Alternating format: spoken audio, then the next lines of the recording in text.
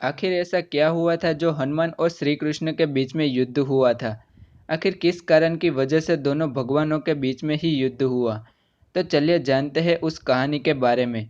Video शुरू करने से पहले अगर आपने हमारे चैनल को सब्सक्राइब नहीं किया तो पहले अवश्य ही चैनल को सब्सक्राइब करें और बाजू के बेल आइकन को दबाएं। महाबली हनुमान और जगत के पालनकर्ता श्री कृष्ण के बीच में महायुद्ध कैसे हुआ? तो आइए जानते हैं। एक समय की बात है, श्री कृष्ण के बलवान और शक्तिशाली सुदर्शन चक्र को अपनी शक्ति के ऊपर घमंड हो गया था कि मैं जो भी हूँ सर्वश्रेष्ठ हूँ। ये बात जानकर श्री कृष्ण ने सुदर्शन चक्र का घमंड उतारने की एक बात सोची। सुदर्शन चक्र को घमंड था कि आखिर में तो मैं ही सर्वश्रेष्ठ शस्त्र हूँ। इसलिए कृष्ण ने हनुमान जी को याद किया। हनुमान जी ने सारी बातें जान ली। हनुमान जी जानते थे कि श्री राम और श्री कृष्ण एक ही है। इसी बात को जानकर वे सीधा श्री कृष्ण के पास न जाकर पहले एक युक्ति बना लेते हैं।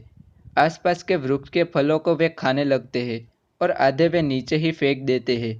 ये बात द्वारिका नगरी और श्री कृष्ण के पास पहुंच जाती है। किसी वानर ने सारे वृक्ष को उखाड़कर फेंक दिया है। श्री कृष्ण जानते थे कि ये महाबली हनुमान ही है, लेकिन वे खुद न जाकर अपने सेना को आदेश देते हैं कि वो सभी जाकर उस वानर को पकड़ के ले आए। सभी सेना हनुमान को लाने के लिए वन में पहुंच जाती है और वहां देखते हैं कि सारे वन के फूलों को इस प्रकार से वानर ने उखाड़ दिए हैं कि वो अभी वापस नहीं जुड़ेंगे। तभी सेनापति कहते हैं कि हे वानर, क्यों सारे फल को तोड़ रहे हो? तुमने हमारी नगरी के स्वामी को देखा है? तुम उसे जानते हो? ये बात सुनकर हनुमान प्रसन्न हो जाते हैं, लेकिन हनुमान जी बताते हैं कि मैं नहीं जानता उन्हें। कौन है श्री कृष्ण? मैं सिर्फ भगवान श्री राम का ही सेवक हूँ। जाओ, मैं नहीं आऊँगा।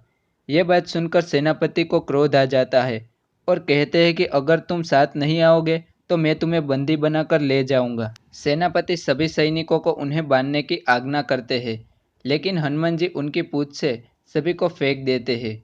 श्री कृष्ण के पास जाकर सभी बताते हैं कि ये कोई सामान्य वानर नहीं है, उसे पकड़ने में भी हम असमर्थ रहे। तभी श्री कृष्ण भी अपनी युक्ति लगाकर कहते हैं कि जाओ, उसे बताओ कि श्री राम ने उसे आज्ञा दी है कि अंदर आए। तभी सुदर्शन चक्र को भी आदेश देते हैं कि कोई भी श्री कृष्ण के आदेश के बिना दरबार में न आए। श्री कृष्ण भी मानते थे कि श्री राम का नाम लेकर हनुमान जी रुक नहीं पाएंगे। जैसे ही हनुमान अंदर जाने के लिए आगे बढ़ते हैं, तब वहां द्वार पर सुदर्शन चक्र उन्हें अंदर जाने के लिए रोकता है। सुदर्शन चक्र ने कहा कि अभी अंदर जाने के लिए आज्ञा नहीं है। तब हनुमान जी ने कहा कि मुझे अंदर जाने के लिए श्री राम ने बुलाया है, तो मुझे अंदर जाना ही पड़ेगा। सुदर्शन चक्र आदेश के अनुसार फिर से मना करता है, तो उस पर हनुमान जी क्रोधित हुए और युद्ध की चुनौती दे दी। ये बात से सुदर्शन चक्र ने भी चुनौती को स्वीकार कर लिया। दोनों के बीच में काफ़ी भयंकर युद्ध हुआ, लेकिन तभी हनुमान जी ने सोचा कि ये युद्ध ही करता रहूँगा तो मेरा काफ़ी समय व्यर्थ हो जाएगा। युद्ध ज़्यादा समय चलना उचित नहीं है। ये बात सोचकर हनुमान जी सुदर्शन चक्र को अपने मुंह में समा लेते हैं और श्री कृष्ण के पास अंदर चले जाते हैं।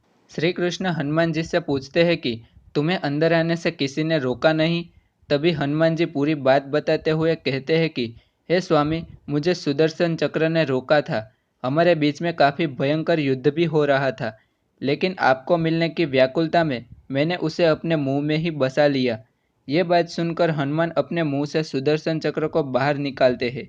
तब सुदर्शन चक्र का सारा घमंड उतर जाता है और वो श्री कृष्ण के चरणों में पड़कर उनसे माफ़ी भी मांगने लगता है।